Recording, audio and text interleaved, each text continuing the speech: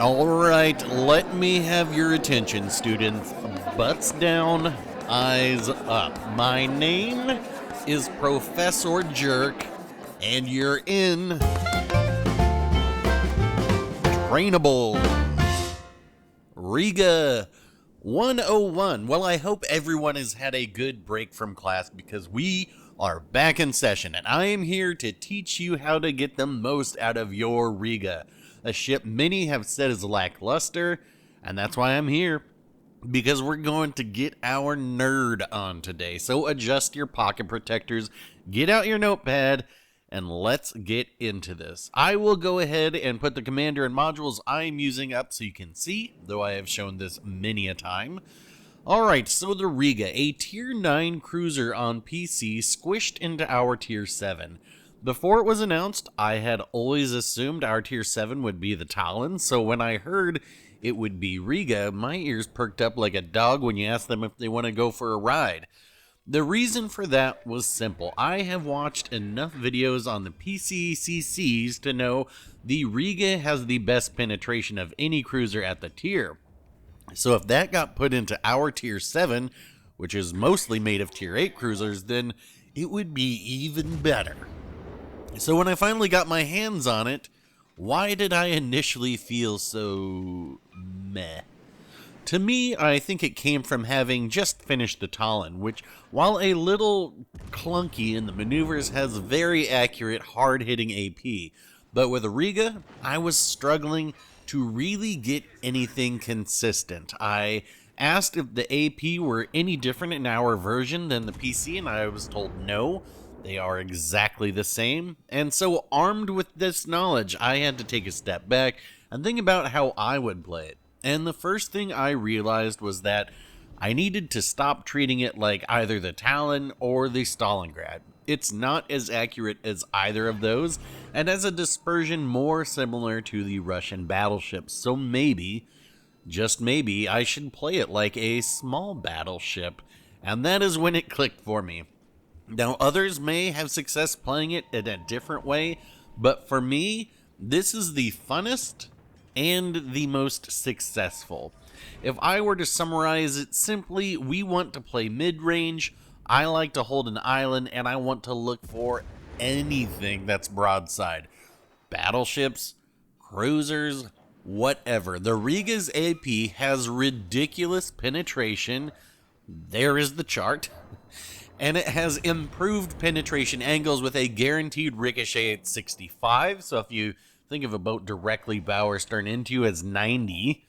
So if you're seeing more than 35-degree angle, there is a chance you will get penetrations until you see 50 degrees. Unless you're using Von Essen like myself, which without getting too off on a tangent, gets it closer to American penetration angles. Of course, you can't control the matchmaker, and the matchmaker in this particular match is pretty favorable for me. You do, of course, always run the risk of being stuck in a legendary tier game, and while you might think, well, then it's all doom and gloom then because there's so many big battleships, I'll tell you, I still play it the exact same way, because players there, they still make the exact same mistakes, as we can see right here and right here. So it's not possible to one-shot a Yamato, but you can two-shot a Yamato.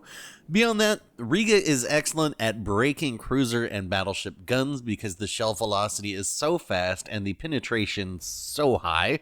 And since this is a classroom, I will mention again that Riga has a shorter fuse timer of 0.022 versus the 0.033 of most ships. For comparison, the British short fuse is 0.012, so Riga is about halfway between. Does that mean you will never get an over-penetration? No. Shells drift high or low sometimes and left and right, so you may have hit an area you weren't aiming for, or one that's more lightly armored, or one that just doesn't have anything there. And sure, RNG, it can really suck it sometimes, but I have found when I keep Riga in the mid-range sweet spot, I can consistently get very good hits, but there is always going to be those salvos that just don't do what you want. That is the nature of this game, and man, is this Suzuya getting lucky. For now. But anyway, here we are, still camped out on our special island of solitude. I've used the island to protect my exposed citadel, though I'm pretty sure that Talon at the beginning caught me with one. But I am just moving forward and backwards, angling myself to whichever ships are going to get into my sweet spot.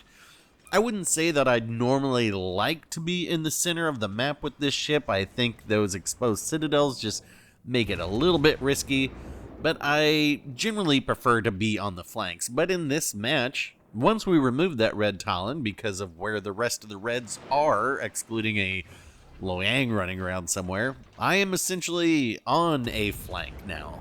We have the red team herded onto one cap, and one by one as they push down here, and because I don't give up the center, we force them to choose who they want to angle against. And I guess they've heard the Riga AP is underperforming, so they're choosing to show me the broadside.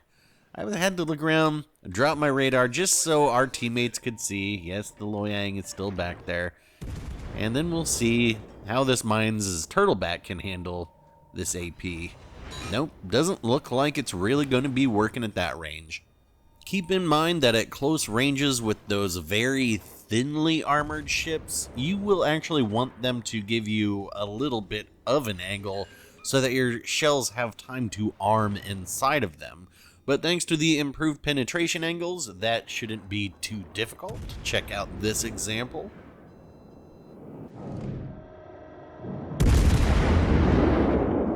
I don't think you're going to be able to see it much in this particular match, but unlike the Stalingrad, Riga does have HE. HE, without the highest alpha, but a fairly decent chance to start a fire, and the ability to knock any of those Hipper-class ships' engines, so think Hipper, Eugen, Talon, Mines, and Weimar.